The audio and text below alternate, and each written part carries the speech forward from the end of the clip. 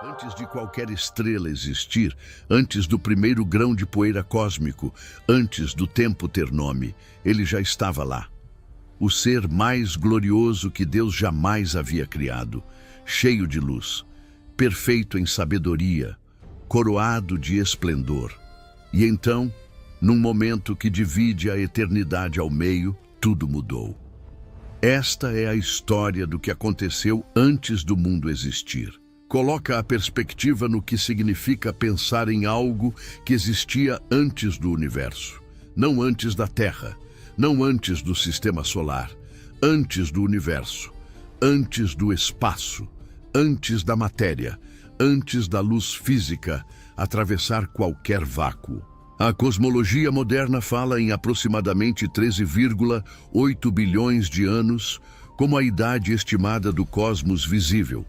Mas os textos bíblicos apontam para uma realidade que existia antes disso tudo. Uma realidade habitada, organizada e hierarquizada. Um reino espiritual com seus próprios habitantes, suas próprias funções, sua própria ordem interna. Seres criados antes que qualquer átomo se condensasse em matéria, antes que qualquer partícula subatômica vibrasse no tecido do espaço-tempo. Esses seres são chamados pelos textos hebraicos de Benei Ha-Elohim, filhos de Deus. No livro de Jó, quando Deus questiona o patriarca sobre onde estava quando as fundações da terra foram lançadas, a resposta implícita é que havia testemunhas naquele momento. Quando as estrelas da manhã cantavam juntas e todos os filhos de Deus jubilavam, eles estavam lá. Antes da Terra, antes das estrelas, antes do universo material tomar forma, havia um reino espiritual habitado. E quando Deus criou o cosmos físico, essa criação foi acompanhada por um coro de seres que já existiam e que observavam o ato criador com alegria. Pensa no que isso representa em termos de escala. A humanidade inteira, toda a história registrada, todas as civilizações que floresceram e desapareceram, toda a tecnologia acumulada, toda a arte, toda a filosofia, toda a teologia, tudo isso ocorreu dentro de um universo que já tinha, antes de sua criação, uma realidade paralela e anterior. Um reino habitado por seres de uma natureza radicalmente diferente da humana. Mais antigos do que qualquer coisa material, criados diretamente pela mão do Criador antes que o próprio palco da história humana fosse construído. E entre todos esses seres havia categorias. Os textos bíblicos estabelecem uma hierarquia angelical que é, por si só, uma cosmologia fascinante. Há os serafins, descritos por Isaías no 6º capítulo, com 6 asas cada um, habitando a presença imediata de Deus, cujas vozes fazem os umbrais do templo tremerem quando proclamam a santidade divina. Há os querubins, figuras complexas, de múltiplas faces e múltiplas asas, guardiões do trono, seres que Ezequiel descreve num dos textos mais extraordinários e visionários de toda a escritura hebraica. Há os anjos mensageiros, os príncipes guardiões das nações, os exércitos celestiais incontáveis que os textos descrevem como hostes do Senhor. E então havia um que estava acima de todos. Os textos hebraicos usam o nome Helel ben Shachar, filho da aurora, ou aquele que brilha, ou portador da luz. A tradição latina, ao traduzir esse texto para o que se tornaria a Vulgata, consagrou o nome Lúcifer, derivado de 2 palavras, lux, que significa luz, e ferre, que significa carregar ou portar, o portador da luz, não o criador da luz. Deus é a fonte de toda luz, mas o carregador, o condutor, o instrumento pelo qual a luz divina irradiava pelo reino espiritual com intensidade sem precedente em qualquer criatura. O profeta Ezequiel, escrevendo por volta do 6º século antes de Cristo, enquanto se encontrava no exílio babilônico com o povo de Israel, registrou uma das descrições mais detalhadas e ao mesmo tempo mais perturbadoras já feitas sobre esse ser. No 28º capítulo do livro que leva seu nome, Ezequiel dirige um lamento ao rei de Tiro, um monarca histórico conhecido por sua arrogância extraordinária e por sua riqueza acumulada através do comércio marítimo. Mas algo acontece no meio desse lamento. O texto vai além do rei humano, como se a figura histórica fosse apenas a superfície de algo muito mais antigo e muito mais profundo. Como se o rei de Tiro fosse um eco distorcido de uma realidade espiritual que o precedia em milênios. E o que Ezequiel descreve quando acessa esse plano mais profundo é simplesmente de paralisar a mente. Tu eras o modelo da perfeição, cheio de sabedoria e formoso em extremo. Essa é a afirmação de partida, e ela não admite gradação. Não, tu eras muito sábio, ou tu eras extremamente belo. O modelo da perfeição. O padrão segundo o qual a excelência era definida e medida no reino celestial. A criatura mais completa, mais elaborada, mais intensa que o poder criativo de Deus havia produzido. E a descrição continua com um inventário de materiais preciosos que cobriam sua existência: sardônio, topázio, diamante, berilo, ônix, jaspe, safira, esmeralda, carbúnculo e ouro. 9 pedras preciosas mencionadas. 9 materiais de valor supremo fazendo parte da constituição desse ser. Para dimensionar o que isso representa, considera que nas tradições do Antigo Oriente Próximo, as pedras preciosas não eram apenas adornos decorativos.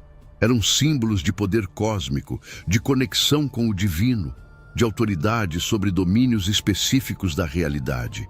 O sumo sacerdote de Israel usava um peitoral com 12 pedras preciosas, cada uma representando uma das 12 tribos. O máximo de autoridade e representação que um humano poderia carregar. Lúcifer carregava 9 dessas pedras como parte de sua própria natureza.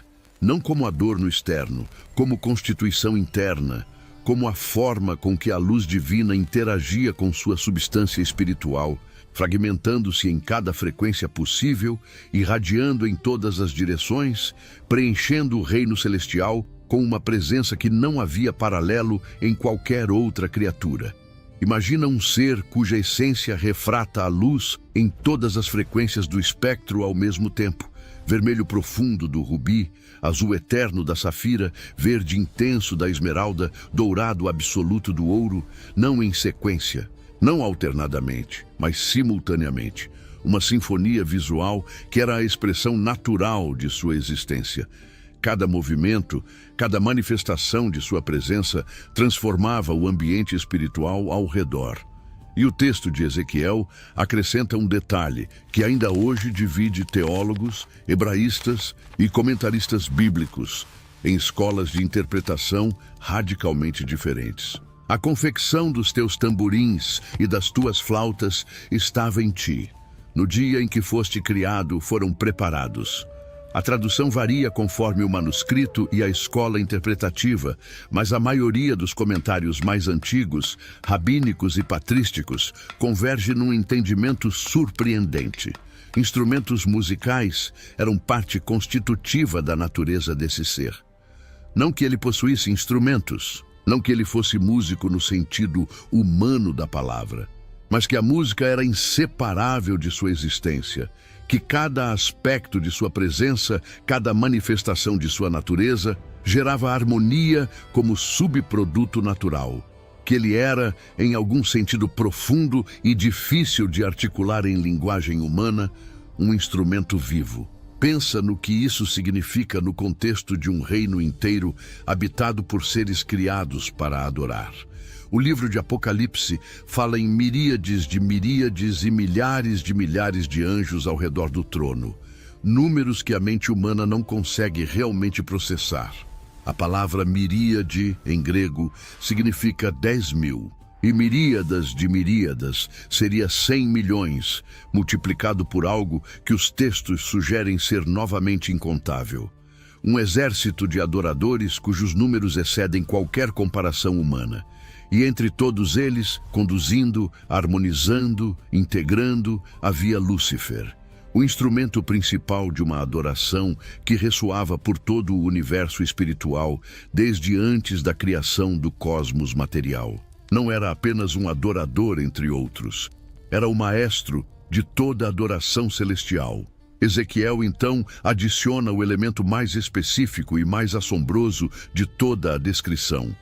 Tu eras querubim ungido, que proteges, e te pus no santo monte de Deus. Andavas no meio de pedras de fogo. Cada palavra nessa frase carrega um peso específico. Querubim, não um anjo comum, não um mensageiro, não um ser espiritual entre milhares. A categoria mais elevada da hierarquia angelical.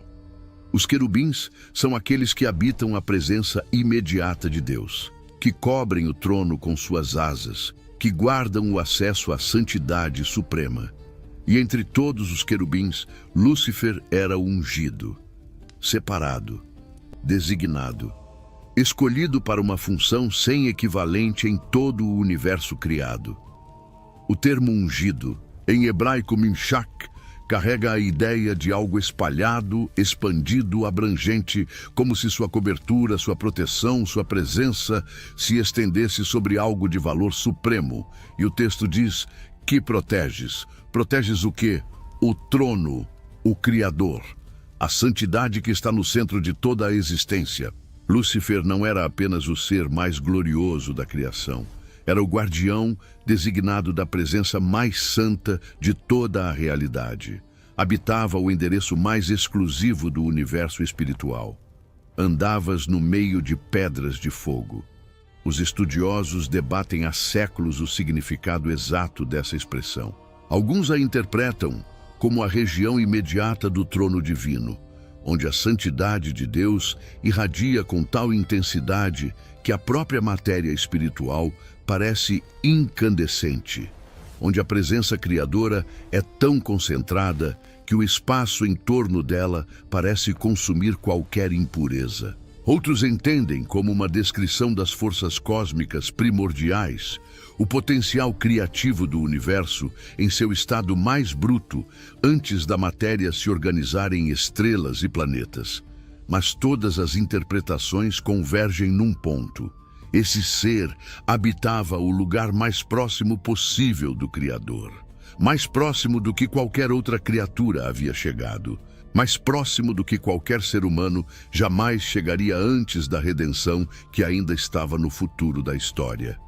E Ezequiel confirma com uma frase que carrega toda a tragédia em apenas 2 cláusulas. Eras perfeito nos teus caminhos desde o dia em que foste criado, até que em ti se achou iniquidade. Até que em ti se achou iniquidade. Não foi uma falha de design, não foi um erro de fabricação, não foi descuido do Criador. Lúcifer foi criado perfeito. A palavra hebraica tamim significa completo, íntegro, sem defeito, sem carência. E permaneceu perfeito por um período que os textos não quantificam. Era perfeito nos seus caminhos. Era exatamente o que havia sido criado para ser. E então algo se moveu dentro dele. Não por pressão externa, não por tentação vinda de fora. Não havia outra fonte de tentação. Ele era a criatura mais elevada, e o Criador certamente não tentava suas próprias criaturas. A iniquidade nasceu inteiramente dentro de Lúcifer, de uma escolha livre feita por um ser que tinha liberdade genuína e usou essa liberdade de uma forma que desfez tudo o que havia sido.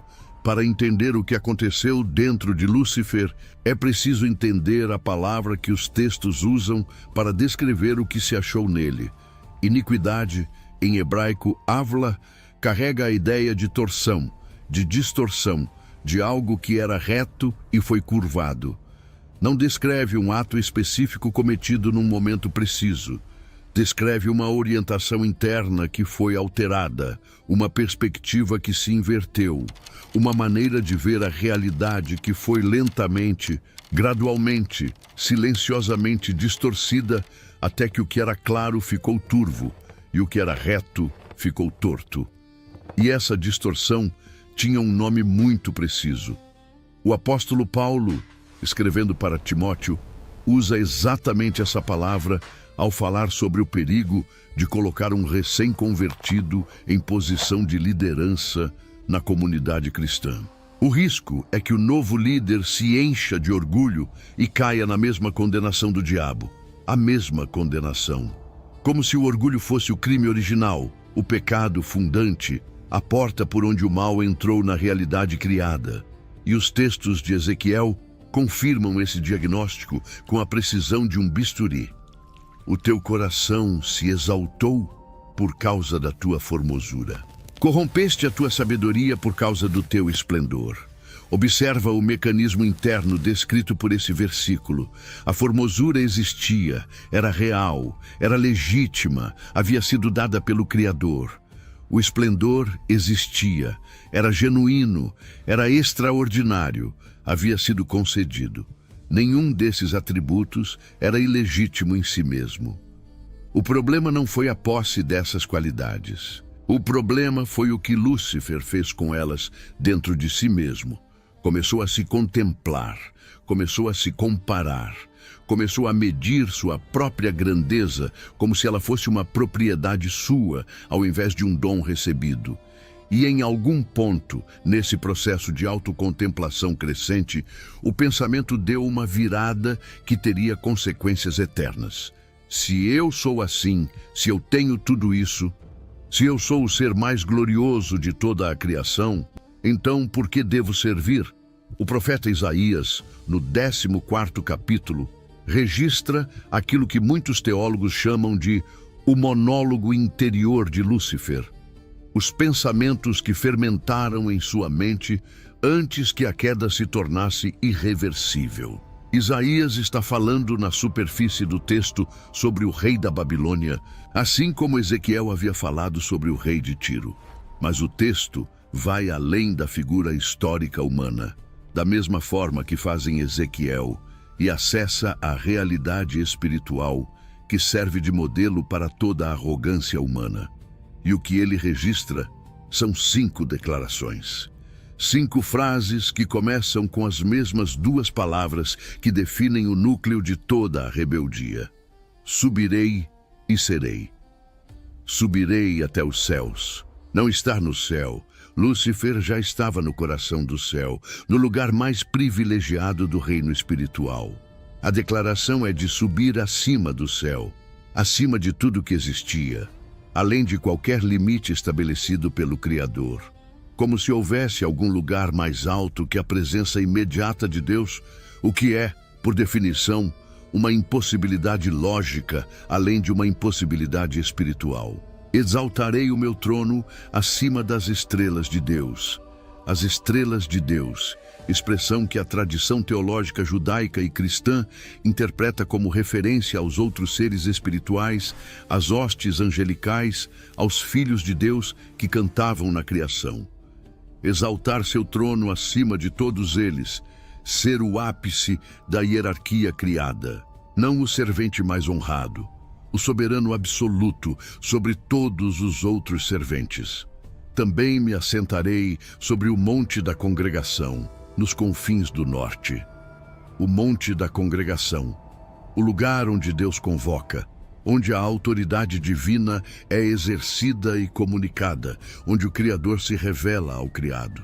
Sentar nesse lugar, ocupar essa posição, não como servo convocado pelo mestre, como Senhor que convoca outros serventes, subirei acima das mais altas nuvens, como se as declarações anteriores ainda não fossem suficientemente audaciosas para expressar a magnitude do que fermentava dentro dele. As nuvens mais altas, símbolo recorrente nos textos hebraicos da presença divina, da glória que descende, da majestade que se manifesta. Subir acima disso, transcender até o símbolo da presença do Criador. E então, a 5ª declaração, a mais direta, a mais despida de qualquer metáfora ou símbolo. A que resume as 4 anteriores numa única frase que concentra toda a estrutura do orgulho. Serei semelhante ao Altíssimo, Serei semelhante ao Altíssimo. Não quero compreender mais profundamente. Não quero servir com mais eficiência. Não quero crescer em sabedoria. Quero ser igual a Deus. Quero a posição suprema. Quero a soberania absoluta. Quero o que não pode ser dado porque pertence à natureza do Criador e é, por definição, incomunicável à criatura. A criatura pode receber dons do Criador, pode refletir glória do Criador, pode ser preenchida pela presença do Criador, mas não pode ser o Criador. Essa fronteira não é uma limitação arbitrária, é a diferença ontológica fundamental entre aquele que existe por si mesmo e aqueles que existem porque foram chamados à existência. E aqui está o paradoxo que está no coração de toda essa narrativa.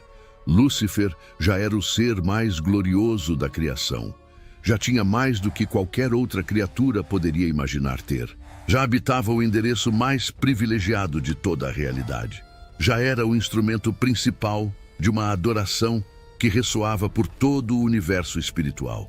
Mas não era suficiente. Porque o orgulho não tem limites superiores. Ele sempre aponta para cima, sempre quer mais, sempre encontra uma razão para comparar com aquele que está acima, ao invés de contemplar com gratidão o que já possui. Havia um único ser no universo que Lúcifer não conseguia superar. E esse ser era precisamente a fonte de toda a sua existência, de toda a sua glória, de toda a sua luz. Os textos não descrevem com precisão cronológica quanto tempo durou essa fermentação interior. O universo espiritual não funciona como o tempo linear que os humanos conhecem. Não há segundos, horas, anos no reino eterno. Mas em algum ponto, os pensamentos internos se transformaram em ação. A iniquidade que havia se formado em silêncio transbordou para fora. E o ser que havia sido criado para conduzir a adoração de todas as hostes celestiais começou a conduzir outra coisa inteiramente, uma rebelião. Os textos indicam que Lúcifer não agiu sozinho. Sua sabedoria, que havia sido dada para servir ao Criador, foi pervertida para seduzir outros seres espirituais. Sua influência, que havia sido dada para conduzir a adoração, foi usada para conduzir a deserção. O Apocalipse, no 12º capítulo, registra que a cauda do dragão arrastou 1/3 das estrelas do céu. 1/3. De uma quantidade de anjos que os textos sugerem ser praticamente incalculável para a mente humana. 1/3 dessas hostes imensas foi convencido a abandonar sua posição, a romper sua lealdade, a seguir o caminho que o ser mais glorioso da criação havia escolhido. Dimensiona o que isso representa em termos de liderança e influência. O ser mais sábio, mais belo, mais poderoso da criação, alguém com séculos ou milênios de relação próxima com o Criador, com acesso privilegiado ao trono, com uma capacidade de persuasão sem equivalente, usou tudo isso para convencer 1/3 das hostes celestiais de que a rebeldia era uma opção viável, que havia algo a ganhar em seguir o caminho do orgulho, que a alternativa que ele oferecia era superior à lealdade que eles haviam sempre cultivado. E então houve batalha. O Apocalipse é direto. E houve batalha no céu. Miguel e os seus anjos batalhavam contra o dragão, e o dragão e os seus anjos batalhavam, mas não prevaleceram, nem o seu lugar se achou mais no céu. Uma batalha no céu, não uma discussão teológica, não um debate filosófico sobre livre-arbítrio e lealdade, uma batalha. O universo espiritual, que existia em ordem e harmonia desde a criação dos anjos, foi rasgado por um conflito sem precedente na história da realidade criada. Miguel, cujo nome em hebraico significa literalmente quem é como Deus, uma pergunta que é simultaneamente um título e um desafio, liderou os anjos fiéis contra aquele que havia declarado querer ser semelhante ao Altíssimo. A ironia profunda do nome de Miguel ressoa por toda a cena. Enquanto Lúcifer proclamava, serei semelhante ao Altíssimo, O anjo que o confrontava carregava como nome uma negação desta mesma pretensão. Quem é como Deus? Ninguém, nenhuma criatura, nenhum ser chamado à existência. E esse era o ponto fundamental que Lúcifer havia se recusado a aceitar. O resultado da batalha não era uma incógnita para ninguém com compreensão da realidade. Uma criatura, por mais gloriosa que seja, não pode vencer o Criador. Não pode vencer os exércitos que servem ao Criador com lealdade íntegra. Não pode, por definição, superar aquele cuja existência é a fonte de toda existência, cuja sabedoria é a origem de toda sabedoria, cujo poder é o fundamento de todo poder. A batalha tinha um vencedor determinado antes mesmo de começar. O que estava em jogo não era o resultado, era a escolha. E cada ser espiritual havia feito a sua, de um lado ou do outro. E foi precipitado o grande dragão, a antiga serpente, que se chama Diabo e Satanás, o qual engana todo o mundo. Foi precipitado sobre a terra e os seus anjos foram precipitados com ele. Precipitado. A palavra em grego, balo, carrega a ideia de algo lançado com força, arremessado, expulso com violência de um lugar para outro. Não uma saída digna, não uma partida acordada, uma expulsão violenta e irreversível. E décadas depois desse texto ser escrito, mas falando sobre um evento que havia presenciado pessoalmente antes da fundação do mundo, Jesus disse a seus discípulos: Eu via Satanás cair do céu como um relâmpago. Como um relâmpago, a velocidade, a intensidade, a irrevogabilidade. Em um instante, o ser que havia habitado o monte sagrado de Deus, que havia andado no meio das pedras de fogo, que havia sido o querubim ungido que protegia o trono, foi lançado para fora. E com a expulsão veio a transformação, não apenas de posição, de identidade, de natureza. O que havia sido criado para portar luz passou a habitar as trevas. O que havia sido criado para conduzir adoração passou a conduzir acusação. E os textos documentam essa transformação através de uma progressão de nomes que é, por si só, uma narrativa completa da degradação. Helel, o que brilha, o filho da aurora, o nome que evocava esplendor e beleza primordial. Lúcifer, o portador da luz, o título que descrevia sua função original no reino celestial. E depois, Satanás. A palavra hebraica, ha-satan, significa o adversário, o acusador, aquele que se opõe, aquele que bloqueia o caminho, aquele que acusa diante do trono que antes havia protegido. Diabo, do grego diabolos, que significa aquele que lança para baixo, que separa, que divide, que destrói a unidade.